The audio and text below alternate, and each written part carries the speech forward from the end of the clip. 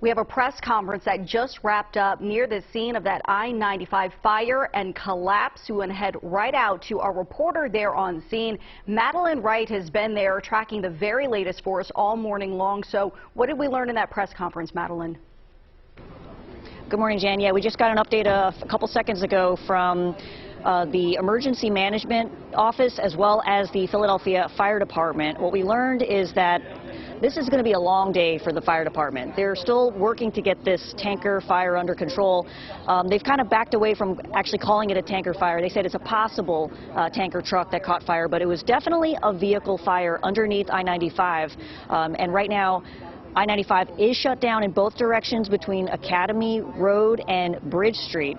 What we learned in the press conference is that one of the biggest challenges of the fire department getting this fire under control is that the seat or the origin of the fire is buried underneath thousands of pounds of steel and concrete and other material. Because what happened was when the vehicle caught fire, I-95 North collapsed on top of it, and so when firefighters have been using these ladder trucks to pour water on it from the top, not all of that water is seeping to the bottom. And so for the last 2 hours, they've been working to fight this fire. I'm going to take a step out of the way so you can take a look at the scene here. This is the intersection of State Road and Cotman Avenue, which is the staging area for the police department and the fire department. Now there's also a federal response involved because the interstate is shut down, and it's going to require heavy construction to rebuild the portion of the road that was collapsed. I want to pull up some video if I can showing Chopper 3, the damage from above. The northbound side has collapsed and the southbound side is questionable because it's buckled. The commute tomorrow is going to be a mess. This road is not going to be open for some time. It's going to There's damage that has to be assessed.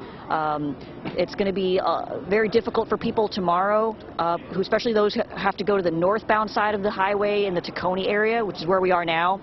Locally, the roads around the highway are also shut down at this hour because the emergency response is still active.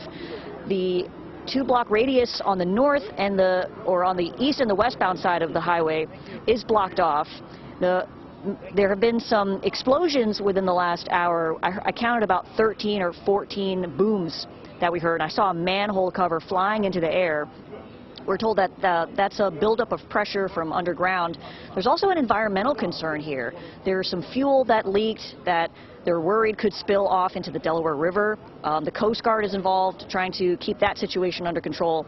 But the main thing for people to know right now at home is that the north and southbound side of I-95 are shut down in both directions between Academy Road and Bridge Street because of a vehicle that caught fire underneath the highway.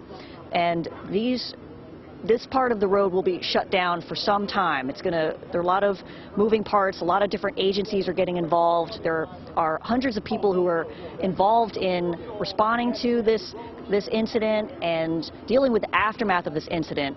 This is right in the middle of an industrial area. There are homes and businesses. There are some abandoned warehouses as well.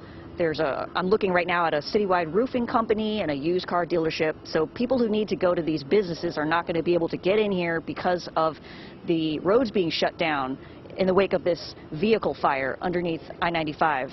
It's still unclear from that press conference whether anybody was hurt. The vehicle that caught fire was presumably parked. It didn't seem like it was in motion. They haven't found any driver of that vehicle, but there is an investigation underway to track down the person who the vehicle belonged to, as well as the cause of the fire. That part's going to take some time as well. But the immediate situation is getting the fire under control because it has reignited in the last hour or so, and then assessing the damage in the aftermath, and police having to figure out a way to divert traffic around the highway since the highway is going to be shut down for the morning commute. So big mess here in Tacony, and we'll keep you posted with any new developments on air and online. Live in Tacony, Madeline Wright, CBS News, Philadelphia.